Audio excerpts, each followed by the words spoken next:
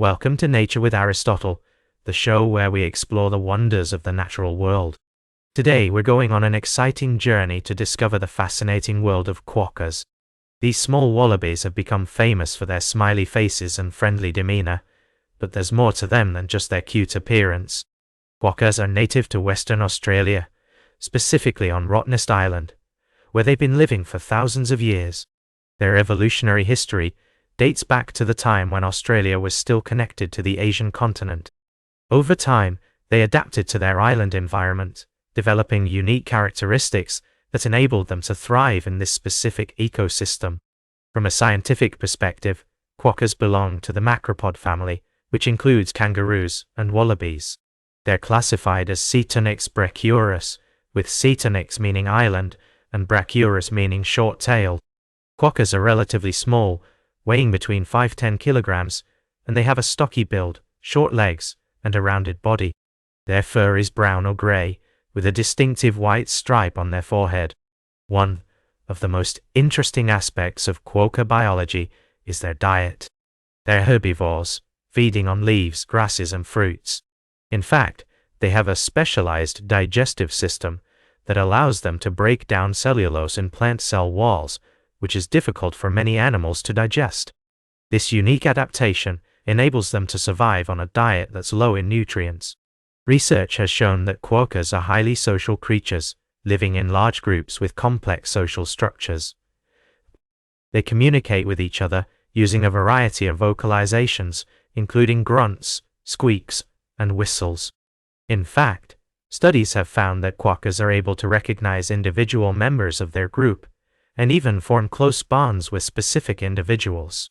In terms of ecological relationships, quokkas play a vital role in maintaining the balance of their ecosystem. They help to disperse seeds, which aids in the regeneration of vegetation on Rottnest Island. They also serve as an important food source for predators like eagles, hawks, and snakes.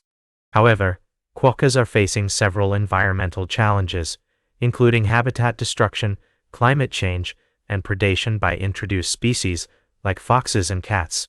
Conservation efforts are underway to protect quokka habitats and reduce the impact of human activities on their populations.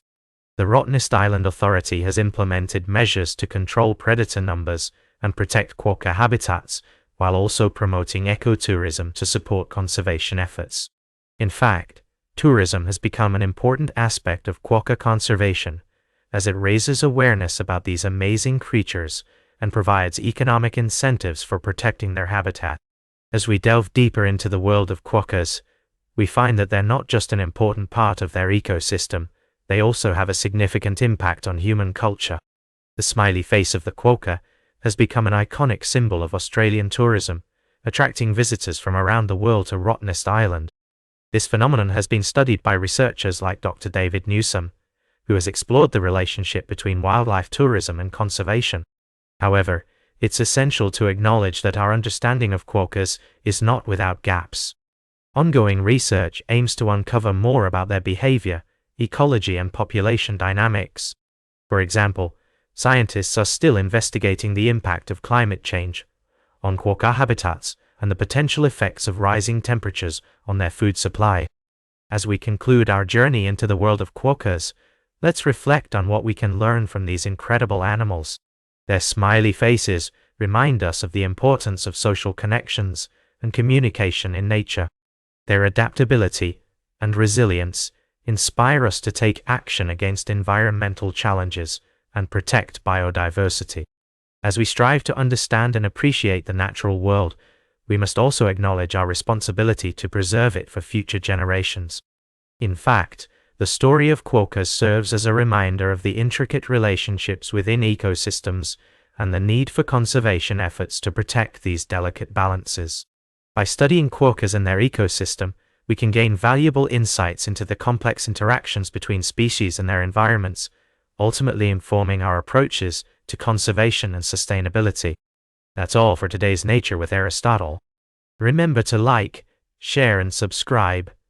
And until next time, may your curiosity about the natural world continue to flourish.